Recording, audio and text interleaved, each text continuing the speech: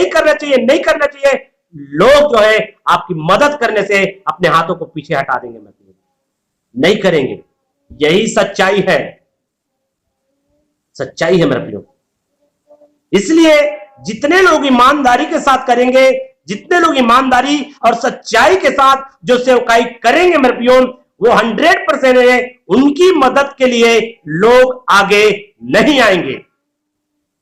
लिख कर रख सकते हैं मेरे प्रियो, और चल कर देख लीजिए, ईमानदारी और सच्चाई के साथ चल कर देखिए मेरे प्रियो, लोग आपके साथ नहीं देंगे मेरे प्रियो, पीछे हटेंगे। यही सच्चाई है मेरे प्रियो। अगर बाइबल को आप अच्छे से पढ़ेंगे, परमेश्वर के वचनों को, यीशु मसीह परमेश्वर होते हुए भी वे मनुष्य का रूप धारण किया है,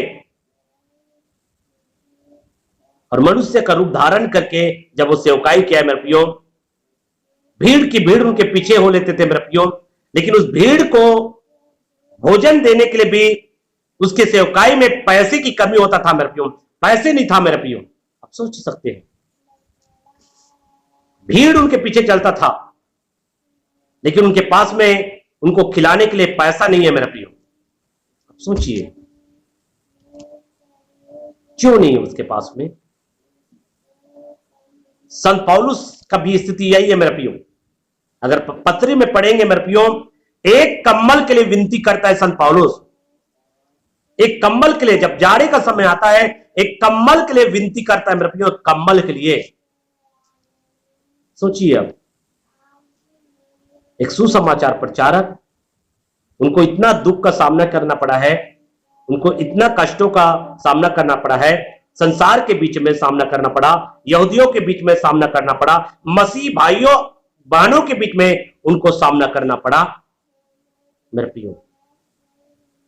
लोग उनसे नफरत करते थे मेरे प्रियो, और इसलिए नफरत करते थे क्योंकि संत पौलुस जो है वचन के अनुसार से, व्यवस्था के अनुसार से लोगों के पाप को दिखाता था।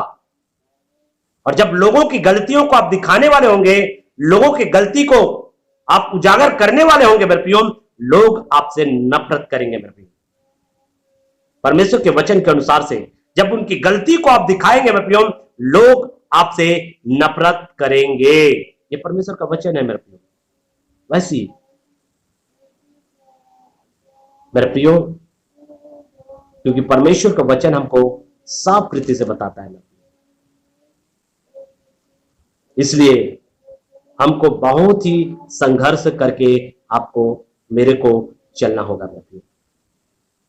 इसलिए परमेश्वर ने जो दिए गए कार्य, संत पौलुस परमेश्वर के द्वारा दिए गए कार्य को समझ गया था मेरे प्रियो, इसलिए उस कार्य को करने के लिए हरेक दुख, हरेक कष्ट का वो सामना किया है। उसी प्रकार के पतरस, यूहन्ना, यीशु मसीह के जितने भी चेले समझ गया था कि परमेश्वर ने उसको क्या कार्य दिया है, और उस कार्य को करने के लिए उन्होंने मेरे प्रियो अपने जान को, अपने प्राण तक को वो प्रिय न जाना मेरे प्रियो। ये परमेश्वर का वचन सिखाता है मेरे प्रियो। आइए और भी वचन हम पढ़ेंगे, गलातियों की पुस्तक और 6 अध्याय का 3 पॉइंट। 6 अध्याय का 3 पॉइंट मैं आपके सामने पढ़ रहा हूं मेरे प्रियो। यहां पे इस प्रकार से लिखा है, क्योंकि यदि कोई कुछ न होने पर भी, क्योंकि यदि कोई कुछ न होने पर भी अपने आप को कुछ समझता है तो अपने आप को धोखा देता है।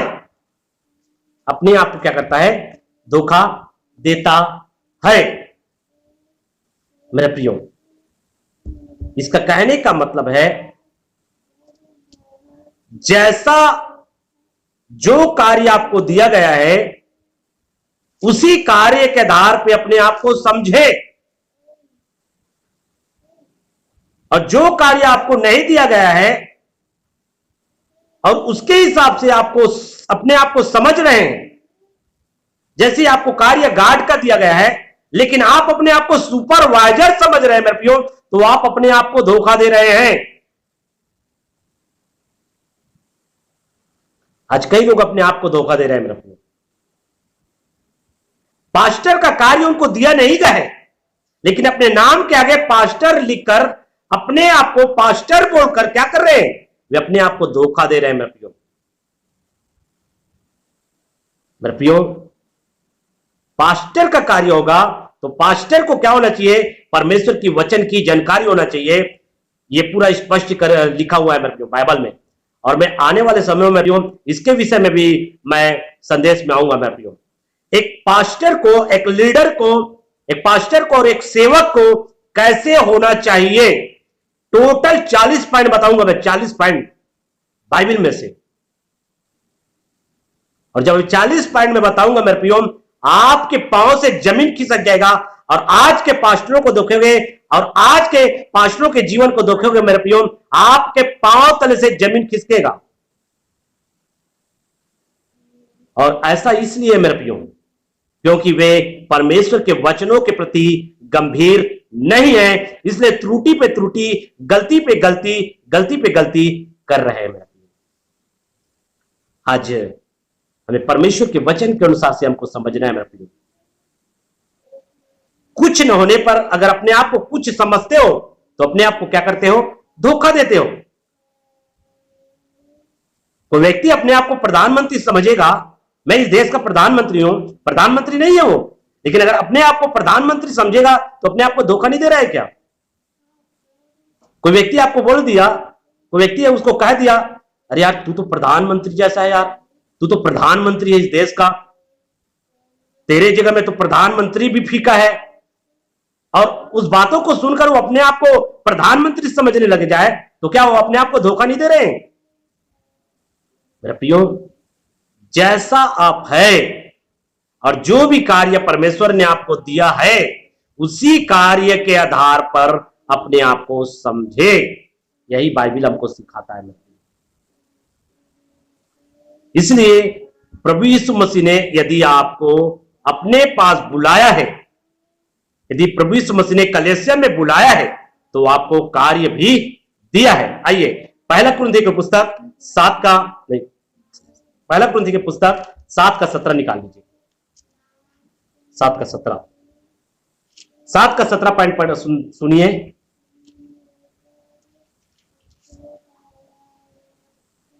यहां पे इस प्रकार से लिखा है, जैसा प्रभु ने हर एक को बांटा है और जैसा परमेश्वर ने हर एक को बुलाया है वैसा ही वो चले। मैं सब कलीसियाओं में ऐसा ही ठहराता हूं। और आगे उसमें लिखा है, जो खतना की दशा में बुलाया गया है वह खतना रहित न बने, और जो खतना रहित के दशा में बुलाया गया है वह खतना न कराए। तो मेरे प्रियो, यहां पर परमेश्वर का वचन हमको कहता है, जैसा प्रभु ने हर एक को बांटा है, प्रभु ने हर एक को बांटा है, दान वरदान भी बांटा है, तो एक कार्य को भी आपको दिया है मेरे प्रियो, आपको कार्य दिया है। और इसलिए जैसा परमेश्वर ने हर एक को बुलाया है वैसा ही वो चले। इसका कहने का मतलब है, परमेश्वर ने आपको बुलाकर कलीसिया में जो भी कार्य आपको दिया है उसी कार्य को आप करें। और ऐसा ही मैं हर एक कलीसियाओं में शिक्षा देता हूं, ऐसा संत पौलुस कहता है। हर एक कलीसिया में बोलता हूं, जो कार्य आपको दिया है उसी कार्य को आप करें। तो आज अपने जीवन को जांचने की जरूरत है भाइयों। जब कलीसिया में परमेश्वर ने आपको बुलाया है तो आपको कार्य क्या दिया है, क्या कार्य आपको दिया है? आपने कभी अपने जीवन में चेक किया है कि परमेश्वर ने आपको क्या कार्य दिया है, आप क्या है? और अगर परमेश्वर ने आपको कार्य दिया है तो आप उस कार्य को कर रहे हैं। सुसमाचार सुनाने के विषय मत बोलना।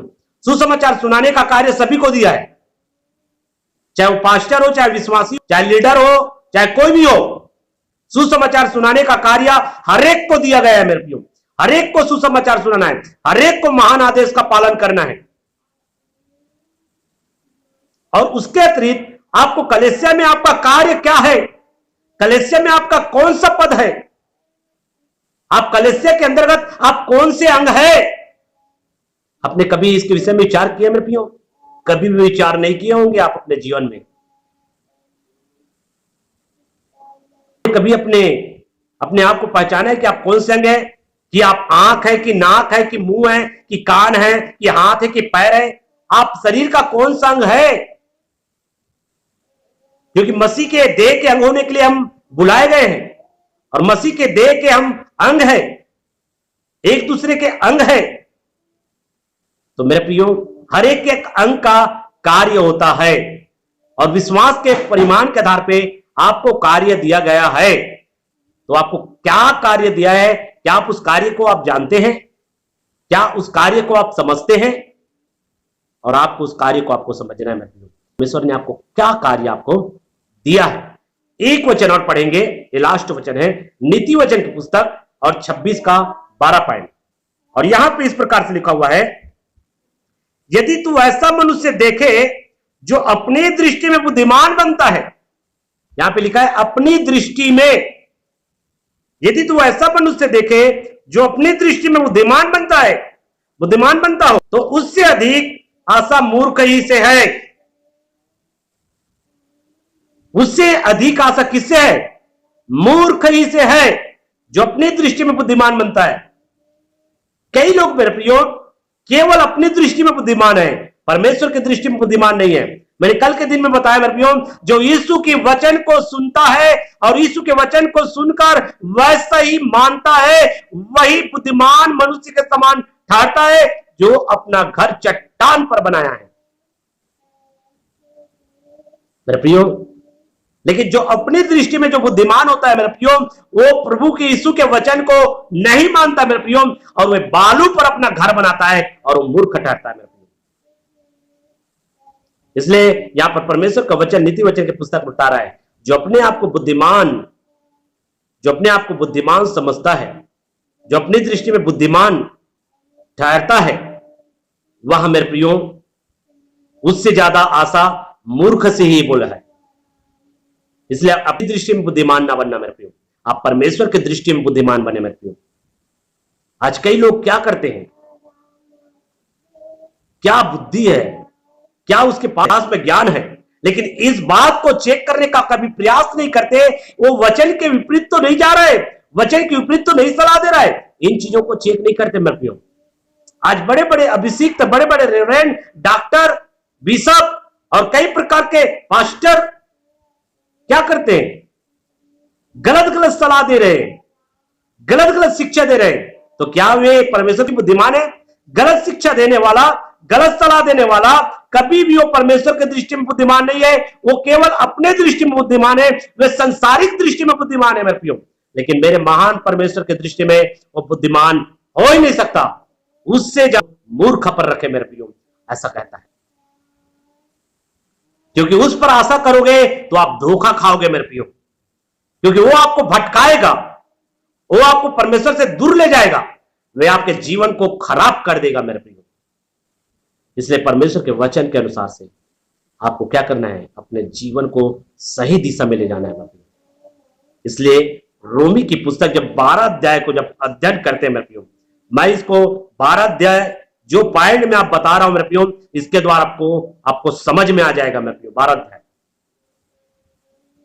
और मेरा उद्देश्य तो है कि मैं आपको एक एक अध्याय को समझाऊं, एक एक अध्याय की समझ दूं मेरे प्रियो। यहां पर क्या बताया गया है? चौथा पॉइंट हमने क्या सीखा? परमेश्वर के द्वारा दिए गए कार्यों के आधार पर अपने आप को समझो। क्या आप परमेश्वर के द्वारा दिए गए कार्यों के आधार पर अपने आप को समझ रहे हैं? कई लोगों को तो मुझे क्या कार्य दिए उसको मालूम नहीं। कलीसिया में आपको क्यों रखा है परमेश्वर जो है? कभी आपने सोचा है? कलीसिया में आपको क्यों बुलाया है? कभी आपने विचार किया है कि प्रभु ने मुझे क्या कार्य दिया, मेरा क्या कार्य है? और क्या कलीसिया में आपको बुलाया है तो फालतू के लिए थोड़ी बुलाएगा परमेश्वर जो है, केवल आकर ताली बजाओ और बस जाओ।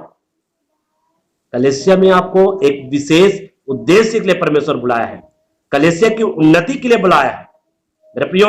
कलीसिया उन्नति करे, कलीसिया बढ़े, इसलिए आपको बुलाया है। और एक उद्देश्य के तहत कलीसिया में परमेश्वर आपको जोड़ता है और आपको एक कार्य दिया गया है मेरे प्रियो, आपको एक कार्य दिया गया है और उस कार्य को आपको समझना है मेरे प्रियो। इसलिए कलीसिया में बहुत से कार्य है मेरे प्रियो। कलीसिया में दरी बिछाने का भी एक कार्य है, कलीसिया में साफ सफाई करने का भी एक कार्य है। कलीसिया चर्च भवन को लिपाई पोताई करने का भी एक कार्य है। कलीसिया में लोगों की जरूरतों को पूरा करने का भी एक कार्य है। बहुत सारे कार्य कलीसिया में दिया गया है मेरे प्रियो। लेकिन आप अगर अपने कार्य को समझ गए मेरे प्रियो और उस कार्य को आप करोगे मेरे प्रियो, आपको आशीष पाने से दुनिया की कोई ताकत रोक नहीं सकता मेरे प्रियो। और आपके जीवन में शांति और संतुष्टि आने से भी दुनिया की कोई ताकत नहीं रोक सकता मेरे प्रियो। यदि आप अपने कार्य को पहचान ले तो मेरे प्रियो, परमेश्वर किस कार्य के लिए आपको बुलाया है, आप अपने कार्य को पहचाने मेरे प्रियो, अपनी बुलाहट को पहचाने मेरे प्रियो। परमेश्वर ने आपको कलीसिया में बुलाया है और कलीसिया में बुलाया तो उन्होंने आपको कार्य दिया है, आप उस कार्य को करें। इन वचनों द्वारा प्रभु आपको आशीष करें। आमीन।